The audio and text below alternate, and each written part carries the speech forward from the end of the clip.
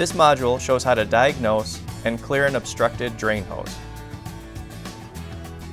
Symptoms include a pressure drop in the home, salty service water, or slow to no drain flow during a regeneration.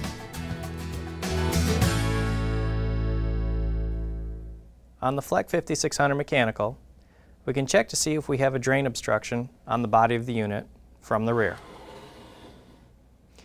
We can first check to see if there are any obstructions in the hose. Your unit may have a clamp in this location. If necessary, remove the clamp and then pull the hose loose.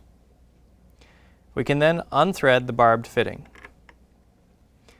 We'll check the barbed fitting and the hose for any obstructions.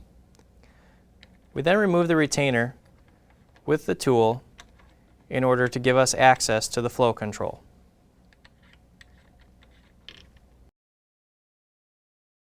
We check the O-ring to make sure there is no damage or buildup of debris on it. Inside the housing is a flow washer. This flow washer will have numbers on it to tell you how many gallons per minute should be flowing out to drain during backwash. The numbers also tell us which direction we need to put it in when we're putting the unit back in. Make sure you match the number that is on the washer with the number that is listed for your system on the side of the valve. When we begin our reassembly, we want to make sure that these numbers face towards the body as we put it back together.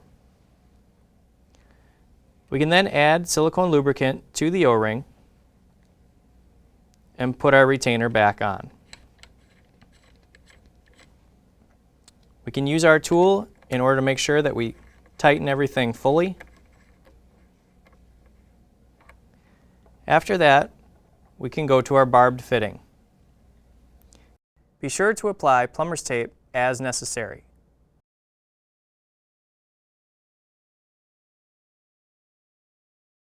We can then add our hose back on, and as necessary, add a clamp to this location. We can then run it through a regeneration and test our progress. There are drain systems that are attached to all valves. Your system may also have a drain line attached to the brine tank. To make sure that you can troubleshoot properly and make sure that one does not cause issues to the other, T-fittings should not be used.